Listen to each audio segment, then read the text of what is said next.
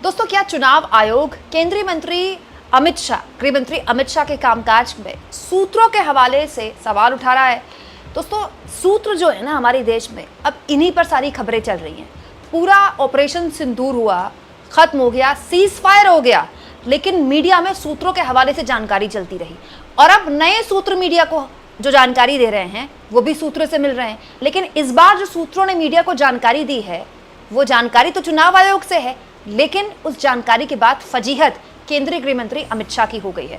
दोस्तों, सब जानते हैं कि बिहार में जो वोटों का पुनरीक्षण का कार्यक्रम चुनाव आयोग ने शुरू किया है, उसको लेकर बहुत से सवाल खड़े हुए, लेकिन बार बार मीडिया में ये बात चलाई गई कि बिहार में घुसपैठिए बहुत भर गए हैं और उन घुसपैठियों से वोटर लिस्ट से उनका नाम हटाने के लिए पूरा का पूरा कार्यक्रम चलाया जा रहा है।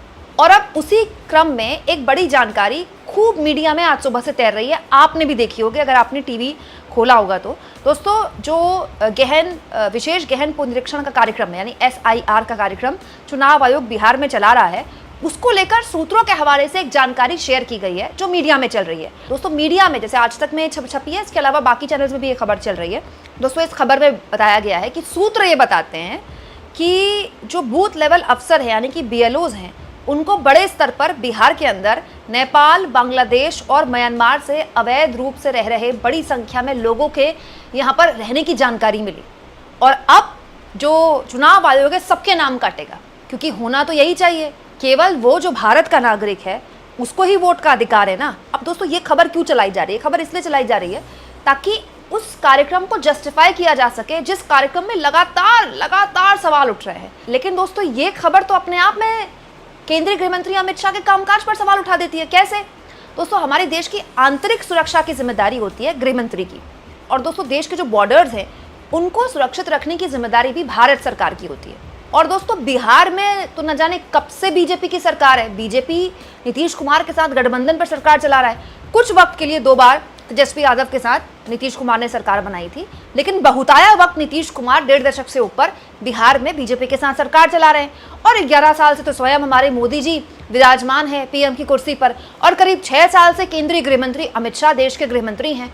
तो जब केंद्रीय गृह मंत्री अमित शाह देश के गृह मंत्री हैं और देश के आंतरिक सुरक्षा की जिम्मेदारी उनके मजबूत कंधों में है, तो मैं ये सवाल पूछना चाहती हूँ कि वो सूत्र जो मीडिया में ये बात बता रहे हैं कि देखिए बहुत बड़े स्तर पर म्यांमार, नेपाल और बांग्लादेश के घुसपैठिए बिहार में मिले हैं, सबके नाम कटेंगे, तो फिर ये लोग कैसे आ गए?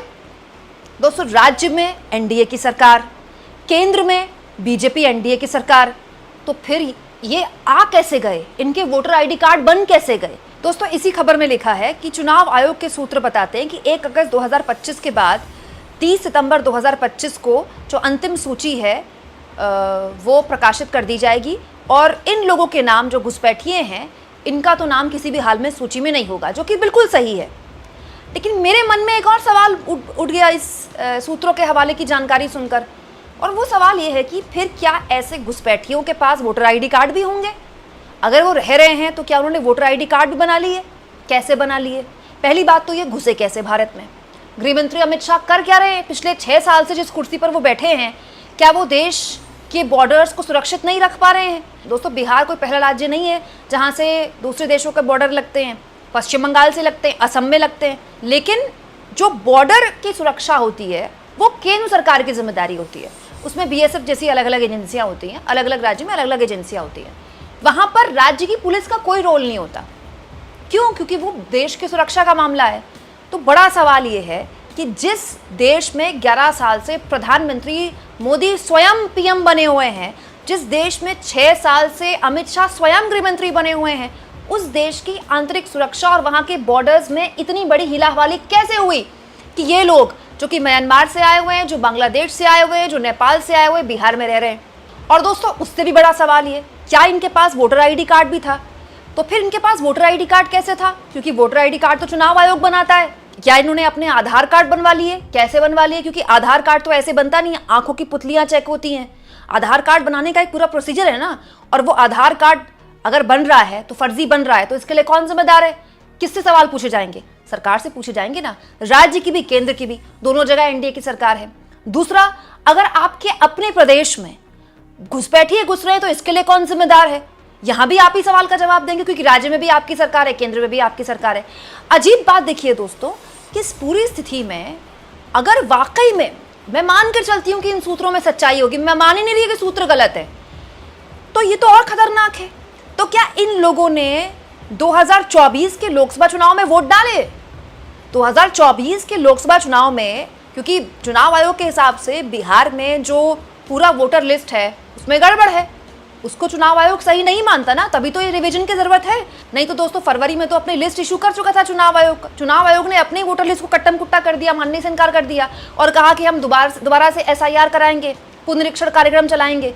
तो इसका मतलब चुनाव आयोग मानता है कि इस वक्त जहां पर जो वोटर लिस्ट थी उसमें कुछ गड़बड़ थी। तो इस गड़बड़ के साथ ही देश के चुनाव हो गए। तो बिहार में कितने बोगस वोटर थे जिन्होंने देश की सरकार को चुना, और बिहार में तो बहुताया बीजेपी को सीटें मिली हैं। दोस्तों बिहार में तो बीजेपी को बहुत अच्छी सफलता मिली है। तो बड़ा सवाल ये है कि ये सब कुछ अब चुनाव आयोग को समझ में आ रहा है, जब विधानसभा चुनाव को अधिसूचना जारी होने में जुम्मा 2.5 महीने का वक्त लग गया। दोस्तों कोई भी चुनाव हो, आप देखिएगा अब ये जो घुसपैठियों का मुद्दा है खूब उठने लगा है। झारखंड में मोदी ने नारा दिया था, रोटी बेटी माटी की पुकार, वो चला नहीं, अलग बात है, हार गई बीजेपी। लेकिन ये नारा दिया गया था घुसपैठियों का कि घुसपैठिए आएंगे और आदिवासियों की ज़मीन कब्जा कर लेंगे, या घुसपैठियों ने आदिवासियों की ज़मीन कब्जा कर ली। तब भी हेमंत सोरेन ने मैप दिखाकर कहा था, बाकायदा इंडिया गठबंधन के नेताओं ने मैप दिखाकर कहा था कि झारखंड में कोई बांग्लादेश से उड़कर तो बसेगा नहीं। बीच में जो इतने सारे राज्य हैं जहां बहुताया बीजेपी की सरकारें हैं, बीजेपी क्या झक मार रही है कि झारखंड में आकर घुसपैठिए बस जाते हैं। और तो और दोस्तों दिल्ली विधानसभा चुनाव में तक, दिल्ली के चुनाव में तक बीजेपी ने घुसपैठियों का मुद्दा उठा दिया, रोहिंग्यास का मुद्दा उठा दिया। तभी अरविंद केजरीवाल ने यह कहा कि दिल्ली में रोहिंग्याओं को किसने बसाया, दिल्ली में रोहिंग्या आए कैसे? दिल्ली में पुलिस अमित शाह के अंडर, और जो देश की सुरक्षाएं हैं वो अमित शाह के अंडर। तो फिर दिल्ली में रोहिंग्याओं को बसा कौन रहा है? कोई अरविंद केजरीवाल ने तो फ्लाइट भेजी नहीं रोहिंग्याओं को लाने के लिए कि दिल्ली में बस जाएं। लेकिन ये मुद्दा उठाया जाता है, ये मामला बनाया जाता है। क्यों? क्योंकि घुसपैठियों के नाम लेकर आप किस संप्रदाय विशेष को टारगेट करते हैं वो सब जानते हैं। हालांकि वो टारगेट चलता नहीं है। मत भूलिए दोस्तों, प्रधानमंत्री नरेंद्र मोदी ने इस शब्द का इस्तेमाल पूरे लोकसभा चुनाव में कहा था।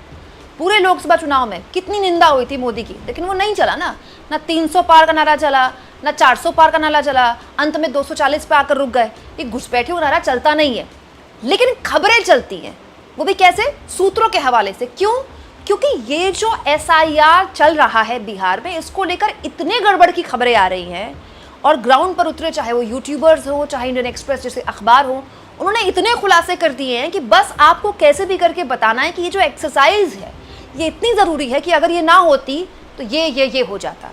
आप इस मुद्दे पर क्या सोचते हैं दोस्तों? कमेंट बॉक्स में ज़रूर लिखें, और जितना हो सके चैनल को शेयर करें, सब्सक्राइब करें, और थैंक्स और ज्वाइन के ऑप्शन से दोस्तों अगर आप चाहें तो कुछ आर्थिक मदद भी चैनल की ज़रूर करें।